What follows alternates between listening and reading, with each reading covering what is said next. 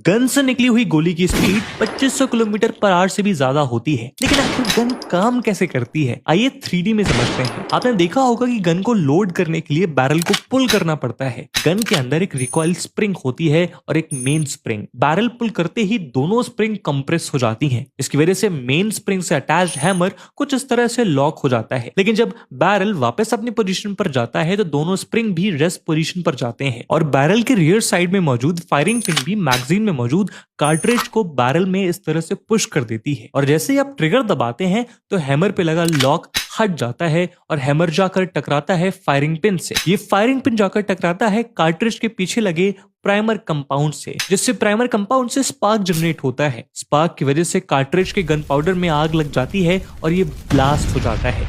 इस ब्लास्ट से जो गैसेस निकलती हैं वो बुलेट को तेज स्पीड से पुश करती हैं और कार्ट्रिज का बाकी हिस्सा इस तरह से गन से बाहर निकल जाता है। अगली वीडियो में आप कौन सी 3D फंक्शनिंग समझना चाहेंगे कमेंट सेक्शन में जरूर बताइएगा और ऐसी इन्फॉर्मेटिव वीडियोस के लिए फॉलो करें आदर्श गुप्ता को। गन से निकली हुई गोली की स्पीड 2500 किलोमीटर पर आवर से भी ज्यादा होती है, लेकिन आखिर गन काम कैसे करती है, आइए 3D में समझते हैं। आपने देखा होगा कि गन को लोड करने के लिए बैरल को पुल करना पड़ता है। गन के अंदर एक रिकॉइल स्प्रिंग होती है और एक मेन स्प्रिंग। बैरल पुल करते ही दोनों स्प्रिंग कंप्रेस हो जाती हैं। इसकी वजह से मेन स्प्रिंग से अटैच्ड हैमर कुछ इस तरह से लॉक हो जाता है, लेकिन जब बैरल वापस अपनी पोजीशन पर जाता है तो दोनों स्प्रिंग भी रेस्ट पोजीशन पर जाते हैं और बैरल के रियर साइड में मौजूद फायरिंग पिन भी मैगजीन में मौजूद कार्ट्रिज को बैरल में इस तरह से पुश कर देती है। और जैसे ही आप ट्रिगर दबाते हैं तो हैमर पे लगा लॉक हट जाता है और हैमर जाकर टकराता है फायरिंग पिन से। ये फायरिंग पिन जाकर टकराता है कार्ट्रिज के पीछे लगे प्राइमर कंपाउंड से, जिससे प्राइमर कंपाउंड से स्पार्क जनरेट होता है। स्पार्क की वजह से कार्ट्रिज के गन पाउडर में आग लग जाती है